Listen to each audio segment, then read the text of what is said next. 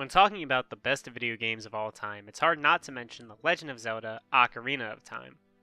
This is a game that dominates lists and rankings, as well as having several videos and blog posts dissecting the game and analyzing it. While Ocarina is a game that has received a lot of praise over the years, in more recent times the love of it seems to have dwindled. Complaints about the game have arisen a lot more, such as how it's just a 3D Link to the Past, the game hasn't really aged well since 1998, or about how there are even better 3D action games out there now. I'm always shocked to see Ocarina at the top of these lists nowadays, and not because I don't like it, but because whenever I watch or read gaming media or talk to people about games and Ocarina of Time is brought up, it's almost always in a negative light. I don't know if it's the inner hipster of gamers today, or if it's the standards of players rising as technology improves, or if it's just the game isn't as good as we remember it to be.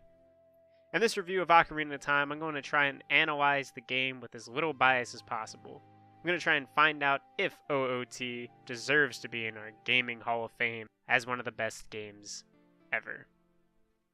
Alright, let's start with the story. The story of Ocarina of Time is a young boy named Link is called to save the kingdom of Hyrule by his forest guardian, the Deku Tree. An evil man named Ganondorf has been causing all types of trouble and wants to access the sacred realm of Hyrule and obtain the Triforce, which will allow him to take over the world. Princess Zelda, the Princess of Hyrule, and Link go to stop him by acquiring the 3 Spirit Stones from the Deku Tree, the Zoras, and the Gorons. After getting all the stones, Link opens the door to the sacred realm in the Temple of Time, unknowingly leading Ganondorf right to the Triforce. Ganondorf becomes the evil king of Hyrule, and Link is trapped in the sacred realm for 7 years until he becomes old enough to wield the Master Sword. With the Master Sword, Link is charged with defeating Ganondorf by rescuing the 7 sages throughout Hyrule. After saving the sages, Link goes to Ganon's tower and defeats the evil king and saves the kingdom. That's the general gist of everything. Using the Master Sword, Link has the ability to travel back in time 7 years to before Ganondorf controls Hyrule. But narratively, time travel is only used to get to the bottom of the well and for the first part of the Spirit Temple. The story is short, and it isn't that complicated. Complex narratives aren't a Zelda game's strong suit, in my opinion. The story is around to get the player out and adventuring. Since most of the dialogue doesn't even involve Link, the player character, it would be hard to convey a complicated narrative with NPCs just talking to an expressionless Link while trying to keep the player interest. Very rarely, if ever, do NPCs talk to other NPCs. Link's the silent protagonist. If the game had more story, the story would just be characters talking to themselves out loud. Speaking of characters who talk at Link, or to themselves, I like how the friends Link makes as a child become the sages when Link's an adult.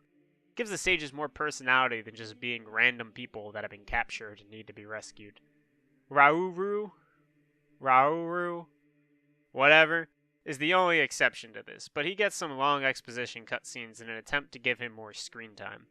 I personally think it would have been cooler or better if it turned out that that dude was the old owl, just so he could have been associated with young Link as well as adult Link. All in all, though, I would say the story is about as good as it could be. It isn't a deep or complex plot, but I believe that benefits the game. It allows the game to focus more on dungeons and less on dialogue. Ocarina of Time is an action-adventure game. As the first 3D Legend of Zelda game, it was going to have to reinvent the wheel when it came to movement. The game is no longer viewed from a top-down or side-scrolling viewpoint like in Zelda's 1 through 3. Now the camera is behind Link. To help Link move more fluidly, he can roll, side hop, back flip, and hop from platform to platform without the use of any Roc's Feather. I'm going to harp on about jumping and platforming in this game. It's unusual to do platforming this way, and I find it uncomfortable in certain areas. Since there's no jump button, the game will automatically jump Link for the player if he's close enough to a ledge and is carrying high enough momentum. This may result in the game making Link jump off the edge of a platform even if the player didn't want that to happen. Fortunately though, Ocarina of Time doesn't spend too much time on platforms and jumping around, so it's not that big of a deal. I know I glossed over the whole time travel aspect of the game, but honestly, while replaying Ocarina of Time, I only traveled back in time when I absolutely had to. You can go to the Temple of Time and replace or remove the Master Sword to travel in time whenever you want, but each version of Link has his own set of items he can use, depending on how old he is. Like adult Link can't use the slingshot, but can use the bow, and Child Link can't use the hammer but can use the boomerang. I just couldn't see the point in traveling back to being Child Link since none of my adult Link weapons were going to work as a child anyways. A big mechanic of the game and its main puzzle solver is the Ocarina of Time itself. The ocarina is used to play certain songs, mainly Zelda's Lullaby and the Song of Time. I like to think that the ocarina is the adventure portion of the action-adventure game tag OOT is grouped in as. Like, you know how in classic adventure games, where you needed some obscure item to use at a weird place to solve a puzzle? Instead of use item A to get to area B, it's play song X to open door Y. I don't really mind it that much. It just adds like another element to the game, but the puzzles, and especially the Ocarina song ones, aren't very challenging. The puzzles altogether in Ocarina aren't very difficult. I view them more as like mini challenges that exist mainly to keep the dungeon order intact. The game doesn't want you going to the Fire Temple until you've beaten the Forest Temple, so they have puzzles requiring you to use items from previous dungeons to progress. While on the subject of dungeons, there are 8 main dungeons and at least 2 smaller ones that are required for beating the game. I feel on the whole that the dungeons are fairly well designed. I'm not going to discuss every dungeon, but I think they progress nicely in difficulty and complexity. The Deku Tree is only a few rooms and is fairly linear. The Forest and Fire Temples do a good job of introducing silver keys and locked doors, and that allows for the last 3 dungeons to be more complex and engaging, having more difficult challenges, and also more backtracking, and more multitudes of silver keys and locked doors. Some dungeons, like the Water Dungeon or the Forest Dungeon, suffer from poor conveyance. I think the most common thing that would happen to me in a dungeon would be I go through every room in a straight order until I hit a room that branches in 2 different directions. I'd go down one route, get the dungeon item, and maneuver around most of the dungeon until I hit a locked door. The rest of the dungeon experience would be a frustrating backtrack through all the rooms I've completed until I ended up at that branching room again. I'd go and do 1 or 2 anticlimactic room puzzles, and then backtrack all the way back to that locked door, and then open it up and fight the boss. The pacing becomes broken up and weird when you do it this way, and I think that mainly comes from how late in the game silver keys are introduced. The first 3 dungeons are really linear in comparison. The player is sort of trained in a way to just tackle every room one by one until they reach the boss door. The build-up falls away, for me at least, when I get all the way to the boss door and then have to run around for 10 minutes finding a tiny chest with a key in it to unlock a closet that has the boss room key hiding inside. I do think, though, the 3DS game is a better solution for this, simply because you can easily see your map and you kind of know where the rooms lead to, which is just a little difficult on the console versions of Ocarina of Time, when generally when you are pausing the game, it's not to look at the map, it's to look at the item menu. I also think that the dungeons are aesthetically well designed. They feel unique, even though we essentially go through 2 fire, 2 water, and 2 forest dungeons. The music and artistic design really make it hard to confuse them. There's a big difference between being inside the belly of a giant fish and being inside a flooded temple. Oh no, I wouldn't say the dungeons are particularly hard at any given point, and some are much easier than others. They do tend to have a pretty good flow to them, and going from room to room, completing challenges, beat a mini-boss, get a dungeon item, go through a new room, fight the boss, get the heart piece, leave. It's only when the flow gets interrupted due to weird backtracking instances or falling off at an inconvenient time does it start to feel lacking. Having to go through the whole dungeon again because you fell off a platform or missed a key 20 minutes ago really ruins the experience. Dungeons are a pretty major focus in Ocarina of Time. I also think that combat is just as major of a focus. Combat in the N64 Zeldas has a lot going on in it, especially compared to the 2D Zeldas. In those games, Link only has 1 or 2 slashing attacks. Combat in Ocarina of Time, however, consists of a multitude of sword attacks, ranging from horizontal, vertical, piercing, spinning, and jumping attacks. Along with the sword comes a variety of items that they can use in combat too, such as bombs, hook shots, and arrows, which are all carried over from the Super Nintendo games also. Enemies in OOT aren't really that difficult to take down, with their movesets generally consisting of attacks and moving around. Eventually some enemies will block, but they're few and far between. Link also has a block move though, a shield that blocks certain types of damage depending on which shield is being used against which attack. In other Zelda games, the shield would block projectiles in the direction Link faced, but now it blocks when the right trigger is being held. The shield can now also be aimed to reflect certain projectiles in certain directions. The combat is okay. It doesn't have any depth, really. Some parts of it can be exploited, but there isn't anything flashy or complicated about it. You have the attack button and the block button, and then you have your item buttons. I wouldn't say the combat's great, but I wouldn't really say the combat's bad either. Ocarina of Time really set the standard for what a 3D action-adventure game's combat should look like. And that's just what it is. Standard. Back in 1998, OOT introduced a gameplay concept that's considered to be the quintessential feature of 3D Zelda combat. Ztargeting. Whenever the Z button is pressed while an enemy is near Link, the camera will shift over to that enemy and the targeting reticule will become attached to the desired enemy. The camera will keep rotating around the player character so the targeted enemy is always in view and so the player character is always facing the target. I don't want to belittle the concept of Z-targeting. It's still used in games today like Devil May Cry, Kingdom Hearts, and Dark Souls, and so many others. However, Ocarina of Time was made for the N64, which means it was designed to work for the Nintendo 64 controller.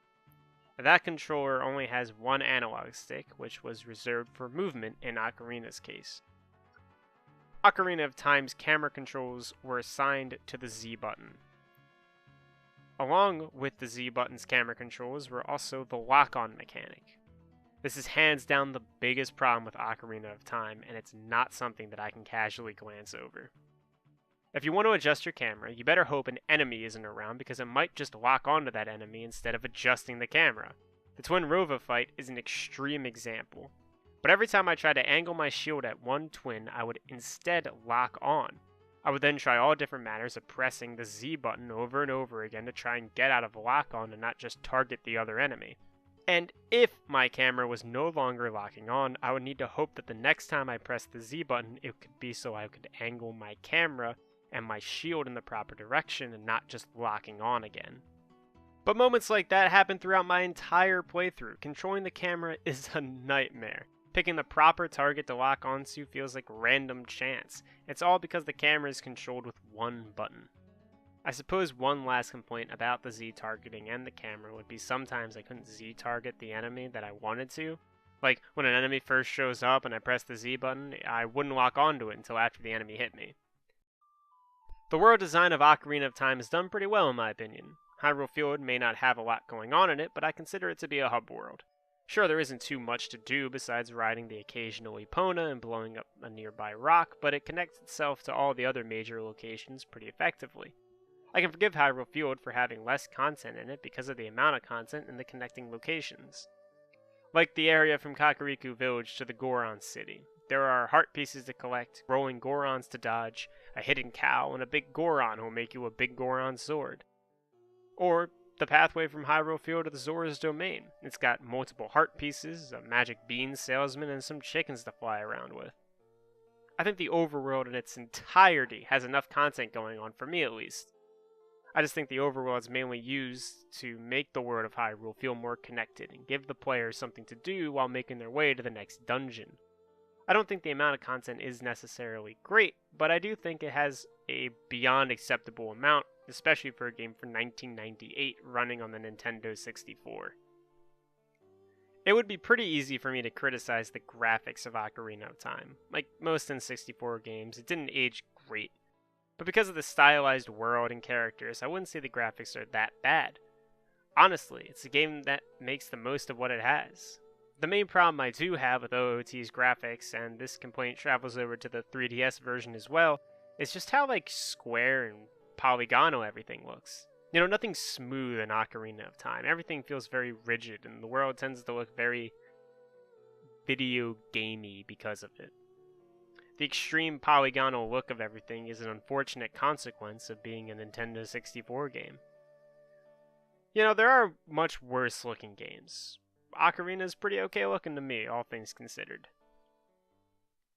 Ocarina of Time was revolutionary with its use of Z-targeting and became an iconic game with easily recognizable characters, music, and gameplay.